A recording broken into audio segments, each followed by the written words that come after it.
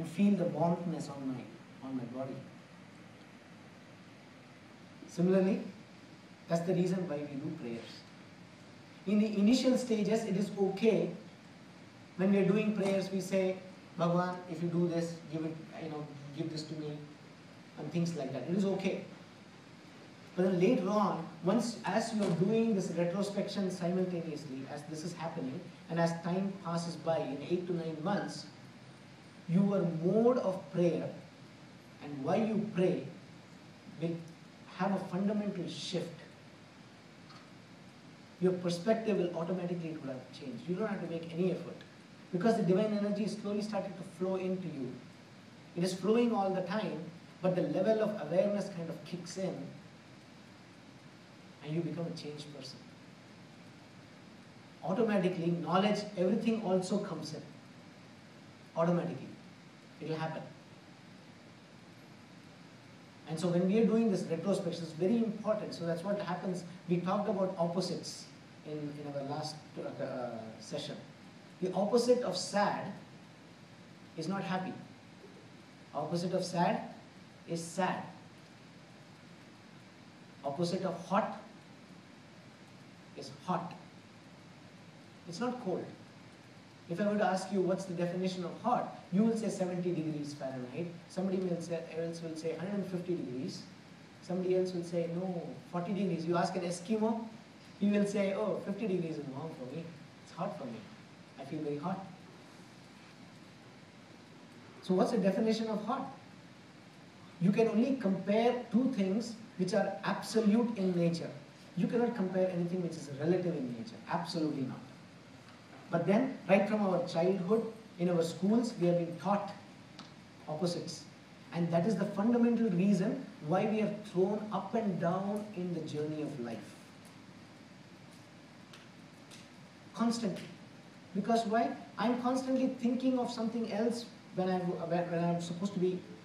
If somebody were to ask me, every time somebody asks me, how is the Phoenix weather, I'll say, great. Was it not too hot? It is hot. That's all it is. It is great. If it is cold, it is cold. It's great. That's all it is. I'm happy if it is hot. I'm happy if it is cold. Does not matter. Well, the body feels cold, so what? You just wear a little jacket. The body feels a little hot, you just turn on your AC. There's nothing frustrating or nothing happy to feel about anything. But then, to able to reach that state of mind, you got to do this retrospection of your life.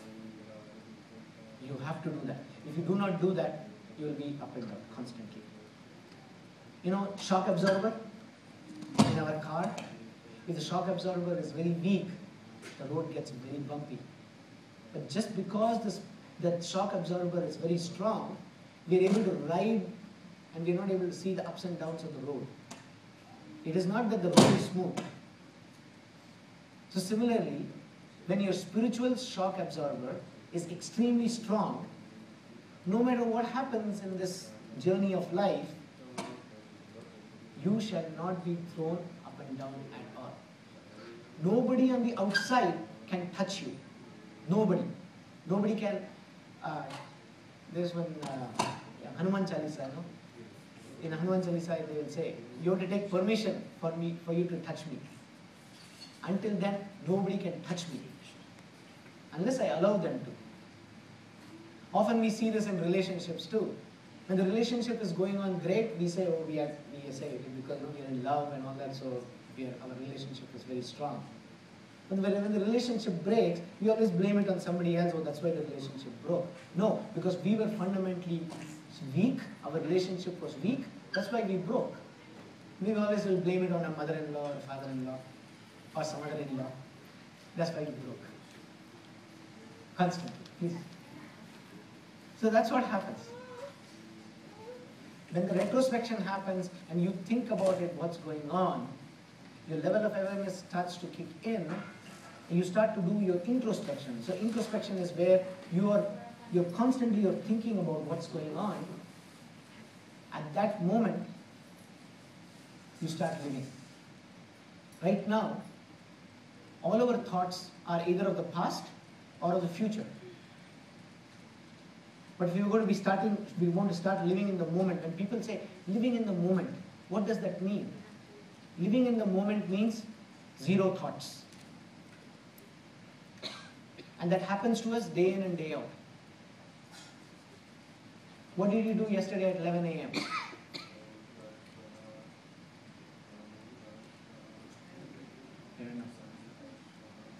What we did 2 months ago at 11 a.m. on this particular day, we don't know. Why?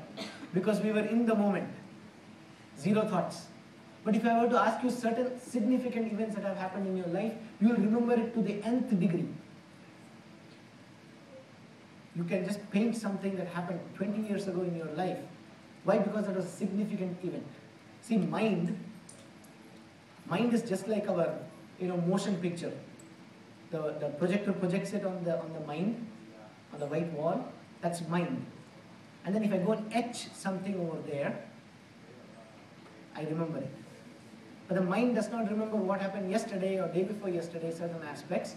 That's because we were in the moment. Zero thoughts. You drove from XYZ place and you came over here. A lot of things happened on the way. You don't remember anything. But you were very, very careful when you were driving. But you drove detached. That is the meaning of detachment. When Krishna talks about detachment, that is what he means. Detachment, zero thoughts. But you're fully engaged in whatever you're doing. Those kind of things happen to us very often. Only thing is, we're not just aware of it. That's all it is. Slowly, when you bring that level of awareness slowly and slowly, what happens is, now you start living very, very harmoniously. Very harmonious. You are in harmony with your own self. The moment you are in harmony with your own individual self, you automatically exude, radiate that harmony to one and all. It does not matter who, whether it's a friend, whether you know that person, don't know that person, you automatically have, you're exuding that. Life becomes beautiful.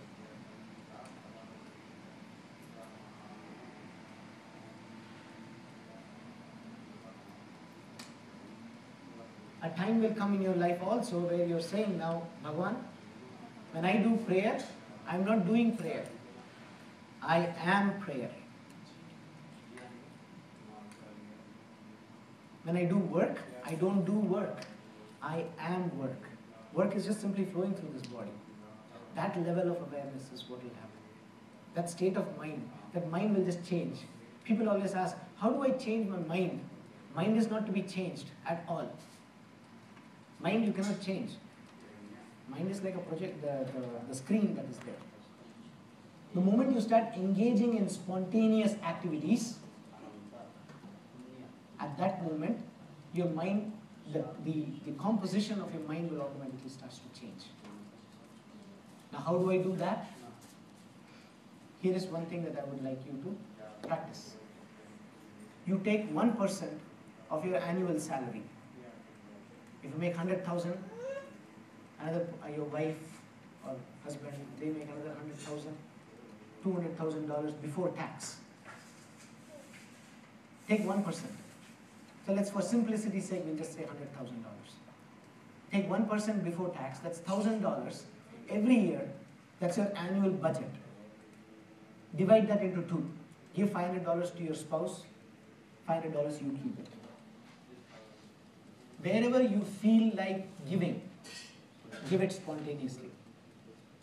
$500 every year at the beginning.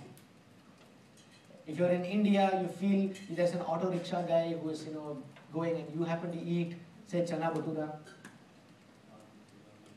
you buy an extra plate and give it to him. If you feel like at that time, spontaneously. It doesn't mean you have to give somebody who is poor. Wherever you feel that spontaneity in coming in, arising within you,